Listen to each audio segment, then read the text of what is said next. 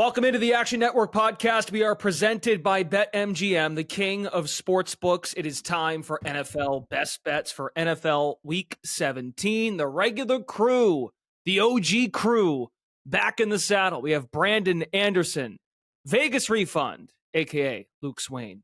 And we have our friend Jill Gallant, the anytime touchdown guru himself. Hope you all had a great holiday. And we're rolling into the new year with this Best Bets podcast before Week 18. We've got Week 17 this week. You can find, if you haven't done so already, the video version of the Best Bets pod on our Action Network YouTube page. Once you hit subscribe there, please give the video a like. And we appreciate the 5-star ratings and reviews on Apple, Spotify, wherever you listen to your podcasts. Be sure to download the free, award-winning Action Network app. You can follow Luke, Jill, and Brandon there individually. And you can also find us on the Action Network Discord server in the episode description if you want to hop in during the games. Loaded 1 o'clock slate, 10 games this week. Guys will be in there chopping it up. Great way to build your community as well in the NFL gambling world. 6-3 week when we had the musical chairs episode during Christmas week. And then you add a 2-0 week from the look-ahead spots as well in Week 16. So all in all, we are 86-72 for the season when you compile best bets and the look-ahead spots.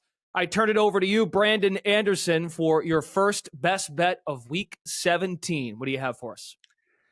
All right, well, I am back. I am live from my bunker here in North Dakota if you're watching the video. But my heart is still in Chicago, so I'm going back to Chicago. Give me the Bears, -3 against the Falcons. Chicago, I just think, is better at mostly everything than Atlanta. I'm not really too sure what Atlanta is supposed to be better at, and this line is effectively calling these teams about even with each other. I don't think they are. I think that Chicago has been clearly the better team. By season-long DVOA, they're ahead of Atlanta in offense and defense and special teams. That's everything. Atlanta is built to run the football. They rank 21st running the football. The Bears are 10th. So the Bears are better at the thing Atlanta's trying to do. Atlanta is built to stop the run. They're pretty good at it. The Bears are better at it. I think, too, there's a real home field advantage here for Chicago. We're probably looking at weather in the 30s, probably 12 to 15 mile an hour winds. It's the windy city. Atlanta has been bad on the road. They are 2-5 on the road this season. They lost to the Titans, the Cardinals, the Panthers. You may recognize those teams as out of the playoffs, picking near the top of the draft. Atlanta is averaging under 14 points a game on the road this season. And Chicago's won 4 in a row at home, 25 points a game for them. Offense is a lot better at home as well. And really, if you look more recently, the Bears are a team that I've been backing. They were one of those look-aheads that you mentioned, Brendan. They had the game against the Cardinals last week, coasted out to a huge lead early. Bears' last 6 games are the number 1 DVOA defense against the pass. They're number 3 DVOA overall defensively, and the number 5 just as a team by DVOA. Like, the Bears are good. The Bears are a good football team right now, and I just don't think that books have quite caught up to that yet. And, you know, we got to do it. We're going to fade the NFC South. I think DeBundo was on a couple weeks ago telling us the stat that I'm coming back with here. NFC South in non-division games, 16-26 against the spread, 38%. Atlanta is 2-8 in non-division games this season against the spread. And really important trend that you need to know for this week. In week 16 to 18, teams that are in must-win spots, and I'll explain how I'm defining that, they're getting too much credit by the books here. So that's Atlanta in this spot. Now here's the trend. Teams that are winning 40 to 60% of their games, that's Atlanta, they're facing an opponent just a little bit worse, 5 to 25% worse by win rate. So if you look at that matchup, 40 to 60% win rate versus 5 to 25% worse, that's the Bears here. In week 16 to 18, those teams like the Falcons are 52, 104, and 6 against the spread, 33% cover rate. And that is not a small sample. That is 2 decades of saying, hey, when it's at the end of the season and you're like, well, got to pick the Falcons. The Bears are already done. The Falcons need the game here. Books know that we want to think that, and they're adding points into the spread. And I think that that is getting some credit here to Atlanta that they really shouldn't have. And that trend, if you say, okay, well, what if the team that has to win, what if they won last week? So we're already riding high on them.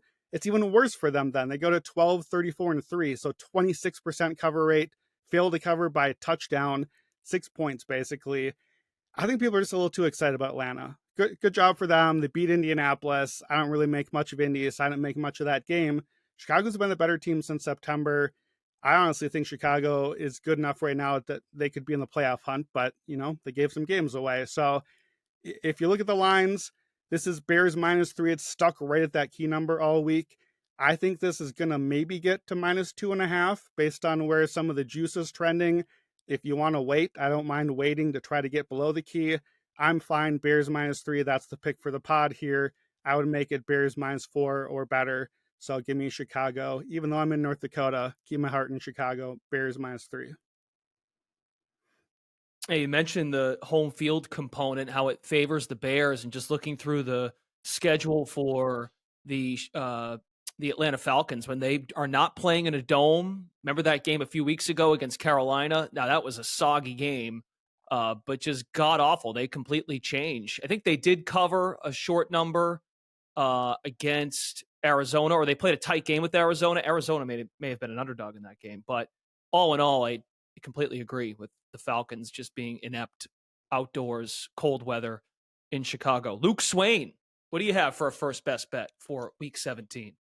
I'm going to go with the Dolphins right now, getting 3.5 at the Ravens on Sunday. For some reason, I keep thinking they're playing Saturday. But when this line first came out, honestly, I was surprised that it was 3.5, and I was expecting it to go up after that shellacking that the Ravens gave the Niners on Monday.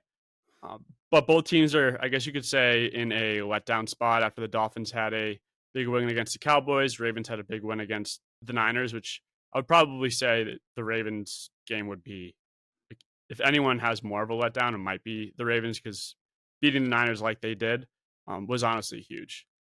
And the one aspect that I've heard a couple times that you really can't quantify, that I might be giving more credit for than others, is that the Ravens defense just forced 4 turnovers against that Niners offense with Brock Purdy. And now we're getting McDaniels, who is coming from the Niners, who runs a very similar offense, getting all of that tape and all of what the Ravens did defensively against the Niners and being able to prepare for that. Because it did seem like the Niners, I don't know if they just weren't prepared or caught off guard or whatever it was, but the Miami getting that type of tape, and it didn't seem like they were holding their cards for this game whatsoever, I do think is worth something. And at 3.5, the injury report, we haven't really gotten it today. I do know Waddle is out, and the line really didn't move. But there are a couple other injuries worth monitoring. But this Ravens defense, if they go into San Fran, shut them down, and then shut this Miami offense down, that is going to be scary. And it's honestly a tough task back-to-back weeks on a short week, which the 4 turnovers, I want to say one of them was legit. There were a bunch of tip passes, and then you got the quote-unquote lucky plays, which honestly, they were. But this defense is legitimate. But this Ravens offense, I just can't trust. Honestly, they were gifted 4 possessions, and there were at times, Niners defense is no slouch. It was just difficult. When they were on the goal line, and it took them, and Gus Edwards finally punched it in on 4th down. Everything there's just no fluidity to this Ravens offense. And Lamar definitely should be MVP right now. But between these two offenses, I just trust probably Miami's more. And Miami's defense is legit. I feel like they're not getting anywhere near the credit that they should be right now. And they just are backfilling with injuries. And I just think this Miami defense is probably probably the second best unit in this game. Which out of all 4 units, I trust the Ravens offense the least. So we're just getting at 3.5. It's a play. I think they're going to win. And Miami plus 3.5. I think they'll win though. Raheem 3 Mostert would be a play too. Raheem Mostert didn't practice Thursday. Acham was out there. Tyreek Hill was at practice Thursday. All of your analysis there makes me think under maybe too, 46.5, just because you see those two teams and those two logos, you think high scoring shootout, but let down spots. And yeah, I mean, you nailed it too. I think Baltimore had a ton of favorable field position opportunities to not have to move the ball that much to set themselves up to score in that game on Monday night. Joe Gallant, welcome back. Joe doesn't just bet touchdowns, everybody. He likes the interception market too, and he's actually targeting the game Luke just hit on. Yeah, I'm going to be actually fading the MVP, according to Luke, of Lamar Jackson, and taking his interception prop for yes at plus 105, echoing a lot of the same things that he had said, but kind of going to expand a little bit more on this Dolphins defense that I think is pretty underrated. So they've got Lamar Jackson has thrown for 7 interceptions this year, but this Dolphins defense, they rank top 5 in total passes defended. So that stat meaning a defender was actually in range to potentially intercept the ball. And our top 5 also in interception rate per dropback. So Miami, their defense, they rank first in pressure rate, but they're bottom 5 in blitz rate. So that means that a lot of the time their defensive line is getting through and their secondary can just sit back in coverage and wait for you to toss the ball. And they've forced an opposing quarterback to throw an interception in 8 of the last 10 games, 12 of 15 games overall. It would have been 9 in a row. Dak Prescott did throw an interception, but it was called back from a penalty. So we'll call it what it is. But the Dak pick was called back. Now, also another thing that I was looking at is for anybody who listens to the pod, I'm sure you're aware when Brandon was doing his power rankings of teams and how they would subsequently fall from grace pretty much the next week. Well, one of the things that I've been doing is specifically when it comes to the MVP and it comes to interception odds. And I've been playing with it for the last few weeks. And this is finally the week where I wanted to actually put an official bet on it. So this is called the fade the MVP spot, where you're essentially taking the MVP to throw an interception the week after he becomes the favorite to become MVP. So if you go back and look throughout the season, when Patrick Mahomes finally separated himself and he became the favorite for MVP versus the Eagles, he threw an interception. That following week, Jalen Hurts becomes the MVP favorite because they beat, but he throws an interception versus the Bills. Right after that, Dak becomes the MVP favorite. Next week, he throws an interception against the Bills. Purdy, this past week, is the MVP favorite, throws 4 interceptions versus the Ravens. So again, there's been a lot of time now where these quarterbacks, they're maybe not getting, or maybe they're getting a little too much respect in the interception market, especially in this kind of matchup. So Lamar Jackson, I think, is going to throw an interception this week. And at plus 105 against this Dolphins defense, I'm going to take it every time. All right. Yes, the Brandon power rankings. Have you tracked like what their interception odds were prior to the week that they became the MVP favorite? Yeah, of course. But I mean, a lot of those guys like Patrick Mahomes and Josh Allen, it depends on the matchup. Like Josh Allen, as the year has gone on, his odds have become minus odds to the point where they're like minus 180. But Mahomes, depending on the matchup, it'll never really go past minus 115 for him to throw a pick.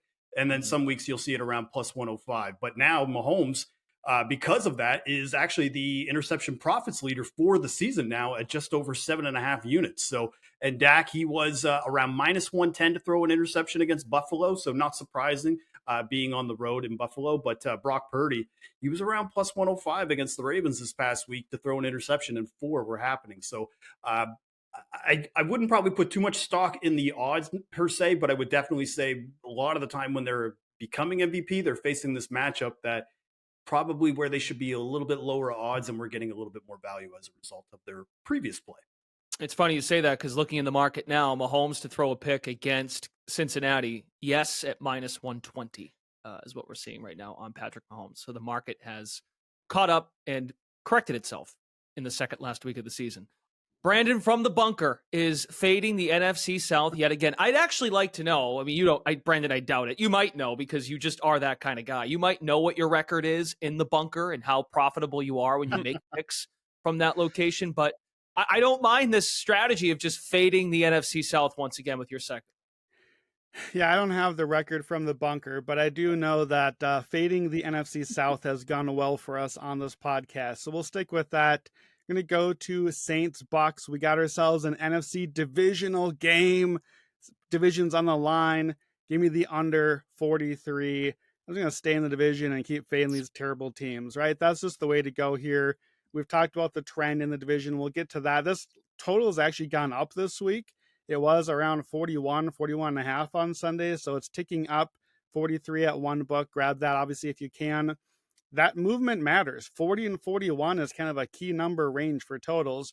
43 also can be a key number. So even having the possibility of a push, definitely want to grab that if you can. Really just betting against bad blah offenses. Like, I don't think I need to make the case too much of what we're looking at here. Both defenses are just a little better than what they're going to face. Bucs defense has been above average on the season. Saints are really bad, especially on third down. Bucs defense has been number 1 on third down for the season. The Saints defense has been slipping a little bit. I've been on here fading them at times, but the main area they've slipped is the run defense. Bucs can't run to save their life, so that's not really going to be a big factor, I think, in this game anyway. Saints pass defense has still been pretty good, top 10 for the season. So I just think the defenses have the advantage here. Again, I like where this game is at, in Tampa Bay. Bucs games at home this season have been better for Tampa defensively and worse offensively. They're 24th on offense at home versus 10th on the road. They're 7th on defense at home versus 16th on the road by DVOA. And if you look at how do the games play out, plays out that way. In Tampa Bay, Bucs games are under 35 points a game. That's both teams combined. Away from home, 48.5 points a game. So it's a huge difference. Tampa is under this number 6 of the 7 home games in Tampa. And then we've done this trend before in the NFC South. When teams in the division have played each other this season, we've had 9 of these crap games now. We have to keep watching because no one will win the stupid division. And all but one of the 9 games has topped out at 39 or below. So I don't know what this total is doing going up. They played to 35 points the last time. Those games are averaging for this season, an entire division, 35.2 points a game. Get this stupid division out of here. The Saints are 10-5 to the under. The Bucs are 9-6 to the under. Todd Bowles actually been really good against Pete Carmichael's offense lately. Saints have only averaged under 17 a game the last 6 games against the Bucs. So I think that matches up well here as well. Baker Mayfield with totals under 44 is the second most profitable quarterback in our system to the under, 66%. There's some late season division trends to the under. You've heard enough. Take the under 43. I kind of like the Bucs here. I hope that they just win the division and we don't have to do this again in week 18. But our luck rankings have the Saints second to last in luck, Bucs number 2 in luck. And this is the Tampa is actually one of the must-win teams here by the trend that I gave earlier.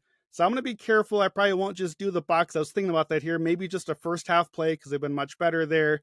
But why bet against the Saints when I'm going to bet against the Bucs too? Just give me the under 43, under the NFC South, bury them, get them out of here.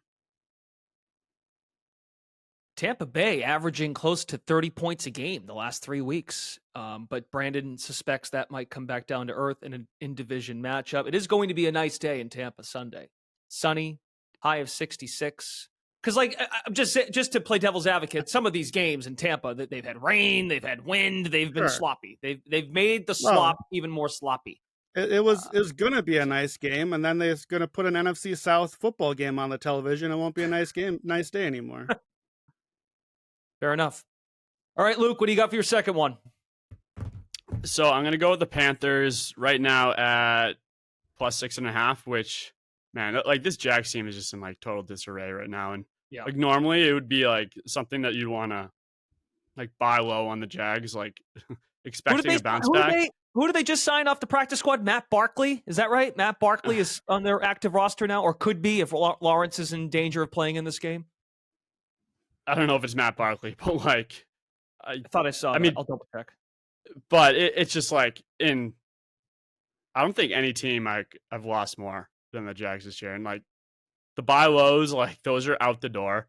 I tried last week; they got destroyed by the Bucs. It's just like total disarray. And right now it's at 6.5 because I guess it's like somewhat of a middling number based off of Trevor Lawrence on whether he plays, which I know he's been practicing in limited fashion, and this is like the 3rd time or 4th this year where he's been practicing limited fashion, and at one point like questionable tag to the extent that like probably anyone else would sit out, but he's played every single week. So I'm operating under the assumption that Trevor Lawrence is playing, which when that does become official, it will probably go to 7. I doubt it will go any higher because he's not going to be 100%, but like this Jags team is just a total fade at this point. And, I mean, like the last 3 weeks, the 25th in offense, 28th in defense in terms of net yards per play, going against this Panthers team, who I still think the public perception is like they're the worst team in the league. And the last couple of weeks, their offense has been coming to life. Mhm. Bryce definitely had the best game of his career or season last week. And if that, like, the Panthers defense isn't bad. Like, they have been bad, and they have been like very unhealthy. In the last 2 weeks, they've started to get healthy, and they're top 15 unit in the last 3 weeks, I want to say. So like this Panthers defense is something that you could probably like hold your hat on if this Panthers offense just is totally like back to early this season. Like, this Panthers defense is something I actually trust. Where this Jags offense, like, if they're like just operating it like they have the last couple of weeks, it really is Christian Kirk, I think. Like, ever since Christian Kirk got hurt, like, it's just been awful. But like, this Panthers defense is good enough.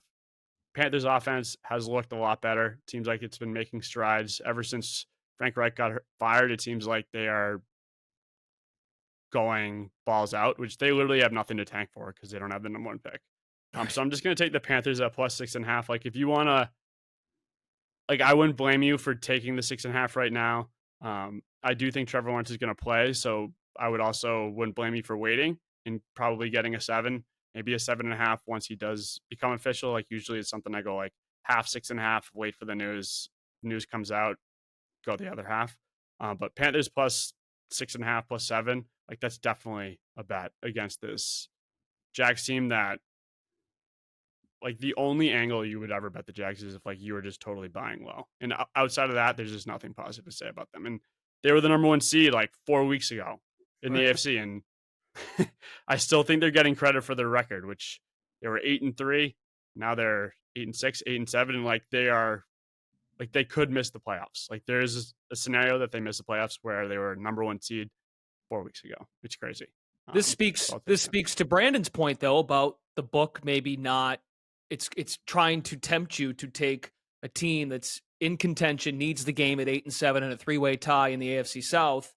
Oh, look, you're getting the Jaguars inside a touchdown. And I will add, we record this podcast on a Thursday afternoon. Trevor Lawrence not present at practice today in the media viewing portion of practice. Must add that. CJ Beathard, Matt Barkley, EJ Perry, the only quarterbacks present for that portion of practice. Luke, I got to ask a line movement question. Presuming the line moves a point or two in either direction once we get some news on Lawrence, at 6.5, if Lawrence does miss and it drops a couple of points, that's kind of the no man's land anyways. Like, I'm not really sure you're gaining a lot here. So it seems to me, if you like this, obviously for the pod, we're giving out the line as it is right now, but I like this as well. But it seems like if I like it, I probably want to wait. I think I have more to gain by getting the extra points with Lawrence than I would lose if he's out. Do you agree with that? Yeah, like, I think if like Lawrence was out, it would go to like 5.5, which, I mean, yeah, clearly. And I would say there's a lot more value in getting 7 compared to 6.5 than there is getting 6.5 to 5.5. So yeah, I would agree. Cool. Okay, very good. Good back and forth there. Good discussion. It's always helpful to shop and be mindful of news. Jill, like every time Trevor Lawrence has been like expected to be out, like, he's played. So like, I would be shocked. The dude does not miss. Out. Like, the guy, there's been like 4 times this year. So now his whole offensive line has golf carts, and they can bring him around. So he's recovering better. All right, Jill, what do you got for a second one? You are going to go to a touchdown bet for this one. Yes, and I'm going to go to the Saturday game. I'm going to go to Cowboys-Lions, and I'm going to take Amon-Ra St. Brown for an anytime touchdown.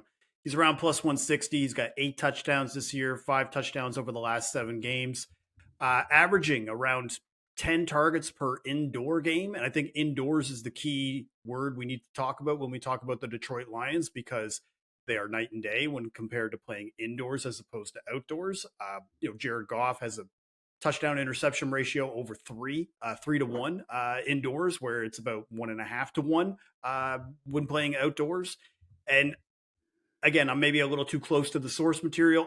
I'm not as high on the Dallas Cowboys defense maybe as some others are, maybe even as something as simple as DVOA. But The Lions, I still think, should be able to move the ball on Dallas, and the Cowboys, they play man coverage at a top 5 rate in the NFL, and their pass rush, that's what they really are designed to do, is to get a lead and then basically completely engulf you in this pass rush. So that means Jared Goff is probably going to have to get rid of it quick, and that fits guys with the lower ADOT, like an Amon-Ra St. Brown or a Sam Laporta or a Jahmyr Gibbs, all having like kind of that lower ADOT. But I will say, I wouldn't mind if he sprinkled on somebody like Josh Reynolds at plus 490, but Amon-Ra St. Brown, I think, is the guy that we want, especially because with the way that these teams match up and the way that they can move the ball, this game is probably going to have a similar pace to what we saw between Seahawks Cowboys for Thursday Night Football a couple weeks ago, where they're both really able to get up and down the field. And the totals reflecting that. I mean, the total's at 53. That game that I just talked about had close to over 70 points. So I'm going to take the second best wide receiver in this game to score a touchdown. All right. I'm putting you on the spot. Any chance Amon-Ra St. Brown has an incentive in his contract too? Because like I look at the line and I think to myself, all right, well, the Lions are maybe in a letdown spot. They just clinched a playoff spot. Cowboys have dropped 2 straight. So I realize you're staying away from a side or a total, but if Amon-Ra gets to a certain threshold of touchdowns, I wonder if that's in play too, even if it's not going well for the Lions, right? Well, you bring up a good point because Brandon and I, we talk a lot about futures markets off air, and we had talked about the receptions market, total receptions market. And at this point, this was about 2 weeks ago when Tyreek was going through his issues, that Amon-Ra St. Brown was around 30-1 to lead the NFL in receptions. And right now he's about 4 receptions off the lead. So he's about plus 300 to plus 400 right now to be that receptions lead. CeeDee Lamb probably and Tyreek Hill are still up there at the top. But the point is that he is very close to being in a position to lead the NFL in receptions by the end of the season. I can't imagine that he has a contract that doesn't have some sort of incentive tied into that. So I can't see why they would stop throwing it to him, especially when you look at the indoor splits and you see that he's averaging like 10 targets a game. He had 12 catches last week. So again, just very much a good matchup, I think, for him, especially given this pass rush, the way that how quickly they're probably going to get to Goff, that he's going to have to get it out. They need a receiver that's able to move around the field like Amon-Ra and not just stay stationary the way that they have Jameson Williams or Josh Reynolds in those cases. So again, yeah, I think Amon-Ra, I think the incentive is get as many receptions as possible and get that new contract. That's the incentive. There you go, yeah. Better way of putting it too. Receptions, yards, and the touchdowns, of course, are the cherry on top. Be on the lookout for that from Evan Abrams. That's coming next week for sure. The incentives that can be hit in week 18. Final round of picks. Brandon, what do you got for your last one? Yeah, this is an ultimate buy low spot for the Chiefs offense right now. We watched them do nothing against the Raiders, do nothing against the Patriots. And if you are struggling to move the chains, why not turn to your best weapon? You got to shake it off, shake it off. Give me Travis Kelce over 59.5 receiving yards against the Bengals. I think it's a really good get-right spot, at least for the offense for the Chiefs. Bengals defense has been terrible all season long, and I think the Chiefs can at least offensively get things moving a little bit, especially if you've been following my Every Game, Every Team article. Week after week after week, I am betting tight ends against the Bengals. That has been a moneymaker for us second half of the season. Bengals are 31st in DVOA against tight ends. They're allowing the second most fantasy points to tight ends. They're allowed 1,020 yards so far, which is leading the league for tight ends. 98 receptions, which is 2 off the lead for tight ends. It's an average of 6.5 catches, 68 yards a game. And obviously, Travis Kelce isn't what he once was, but he's still Travis Kelce. Like, there are a lot of teams with a lot worse tight ends here. Let me just read you really quickly. Here's some lines by tight ends that have played the Bengals. George Kittle, 9 for 149. Dalton Kincaid, 10 for 81. Dalton Schultz, 71 yards. Pat Freiermuth, 9 for 120. Evan Ingram, 9 for 82. TJ Hawkinson, 6 for 63. And that was all since week 8. Every one of those lines has happened since the second half of the season. Travis Kelce, I think, is going to chew up this defense. Last 2 games in the playoffs when he played the Bengals, 10 for 95, 7 for 78, touchdown in both games. He's averaging about 70 yards a game in 5 games against the Bengals with Mahomes. So I just think it's a good spot for Kelce here. 60 yards is all we need. I think we're buying the dip, right? Like, how often are you going to ever get a receiving yards line for Travis Kelce with a 5 in front of it? Let me do the math for you. 60 yards a game for an entire season barely cracks 1,000 yards. We know Travis Kelce is not a 1,000-yard receiver. Like, this is a guy who's still well above that. He's had 58 yards or more in 9 of 14 games, even as he's struggled through injuries and everything else this year. So 64% of the time there. I kind of like the Bengals here overall. I think they can hang in early downs. And I mentioned that because I think that this suits up as sort of a playoff game. Like, I think that the Chiefs are going to have to go to their moneymaker here. And so you got some possible bad weather, possibly no Pacheco or Donovan Smith. That means check down city to me. I think there's a lot of reason to expect we're going to see the Chiefs have to push all the way here. And, season's on the line. They haven't even clinched a playoff spot right now. They got to still win the division. They got to get over the line here. Pat's going to turn to Travis, right? Like, you're running out of options. You're going to go to your guy. So give me Travis Kelce over 59.5 receiving yards. I mean, it's Brandon, easily the lowest I've ever. I can't remember. I don't know what it was last week, but a Kelce line not in the 80s is like wild to me. It's crazy. Brandon, I know you. Brandon, I know you. Are you playing escalators too? I haven't seen lines yet on escalators just because there's a lot of the injuries in this game. So I will. It will be in the article. I don't know what the lines are yet, but I will look more for a receptions escalator just because my guy can't quite get downfield like he used to anymore. So I might look for maybe like up to a 10 receptions, maybe a combo play like 6 receptions, 80 yards, and a touchdown sort of thing. So yeah, the escalators will be there, not as aggressively. I am more here playing the median. The median is just too low. Like Luke said, 59. Come on, like we're never going to see this line until he's at his deathbed. So, it's a game in Kansas City. Taylor's probably going to be there. Let's just get the 60 yards and get out of here. Fair enough. I was even gonna say to Brandon right now, Travis Kelce, this is the third game this season that he has had plus odds for an anytime touchdown. But the fact that you're seeing those yardage lines around 55, it's at even odds right now. I probably would still say to play the yardage prop at the minus 110 odds than playing the touchdown odds at even.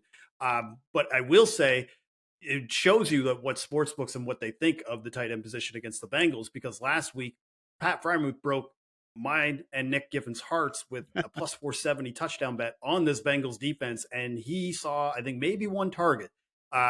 Travis Kelce is obviously much better than Pat Freiermuth. And the fact that you're going from one starting tight end at plus 470 down to even odds shows that he's probably going to be pretty involved this week. Yeah. Was one of those plus odd games last week, Kelce? Because I know he was at like plus 125 or something open. This is correct. Our colleague Charlie DeSturco was on him. Right. And I didn't want to bring it up because I don't like pouring salt in the wound on people here. But it did not work out. We're just educating. That's all. That's all it is. It's not. Well, I like to dump on Charlie from time to time. That is kind of fun to do, admittedly. Okay, Luke, you got one more for us too. What do you got? I'm going to go with the Broncos laying 3.5 hosting the Chargers, which on Monday, Tuesday, before Russell Wilson was like benched for like being cut, it was 5.5. And it came down to 3, which was definitely a bet at 3. And I would still play this up to 4. But you're getting a discount on this Broncos team, which with Russell Wilson at QB, like you do not lay numbers with them where they have to win by a margin because it just was never happening. And Russell Wilson being benched, and I'm not saying Stidham is like this all-world QB, but you really do it's kind of like the feeling of like a game off of a coach getting fired.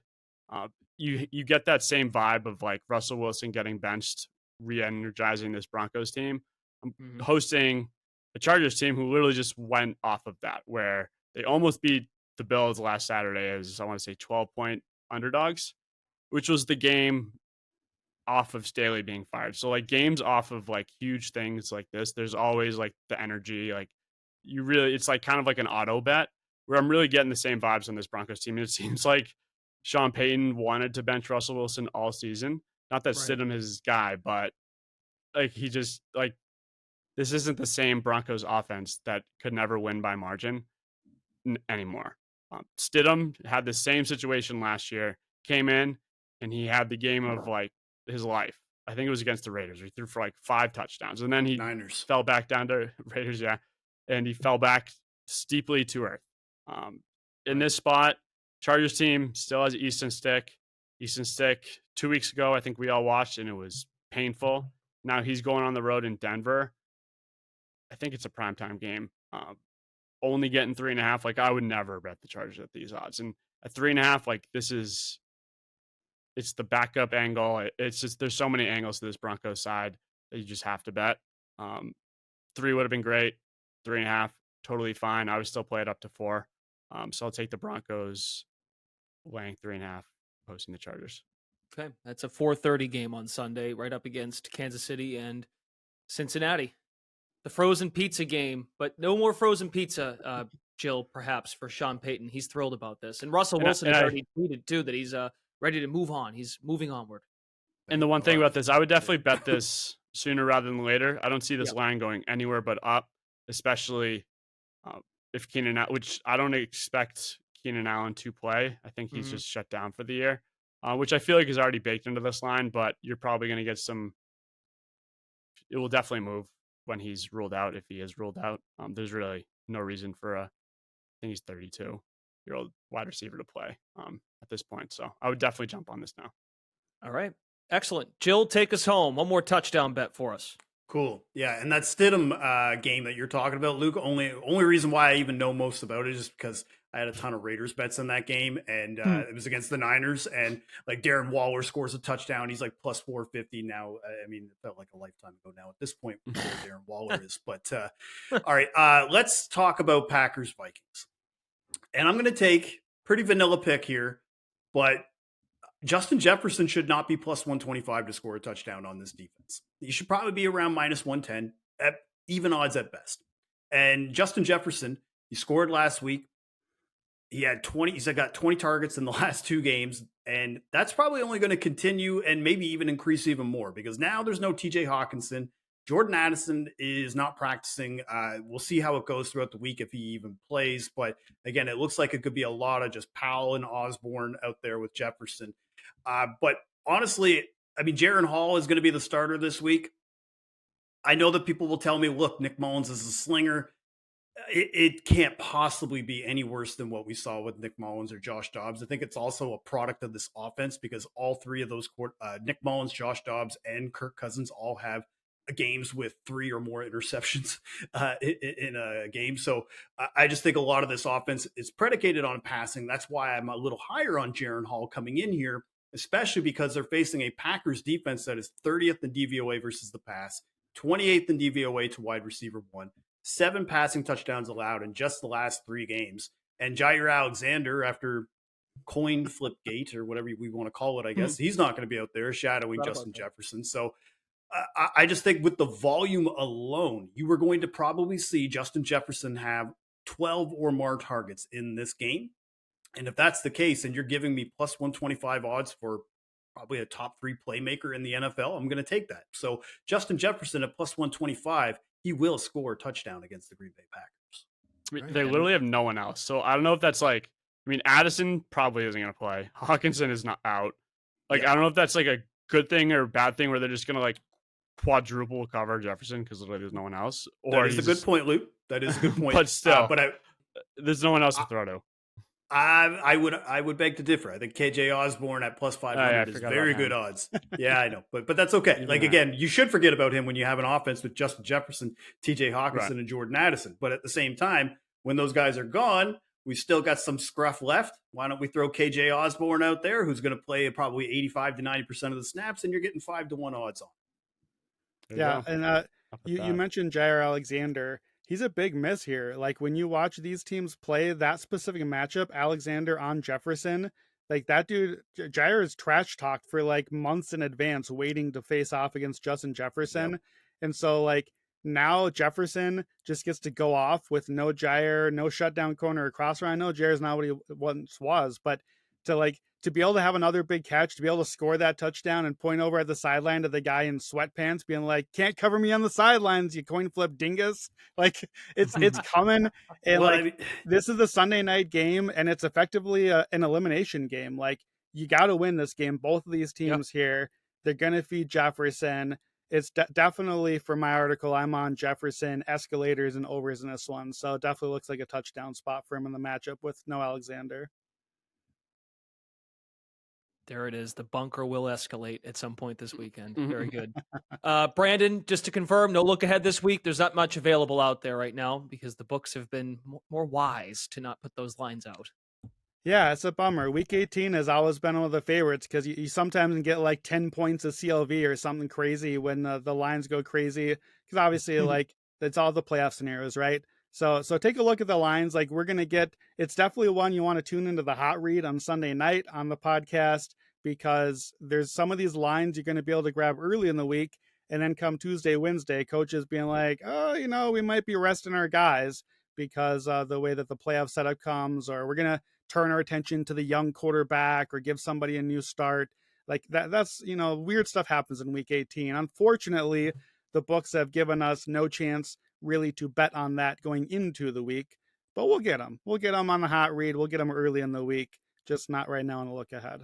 That is going to do it for our week 17 episode. The Sunday six pack with Stuckey and Raybon is also available to you wherever you get your podcasts. And once again, don't forget to download the free award-winning Action Network app to see all of these guys' picks. They've got more than just what they gave out here. They'll have more coming this weekend once more clarity is available to us in the market. For Luke Swain, Jill Gallant, Brandon Anderson, Brendan Glasheen, thanks to our audio producer as well, David Payne, who's working hard during the holidays, getting us up and running here on the podcast side of things. That is going to do it for NFL Week 17 Best Bets here on the Action Network podcast. We're presented by BetMGM. Best of luck, and we'll talk to you next week in Week 18.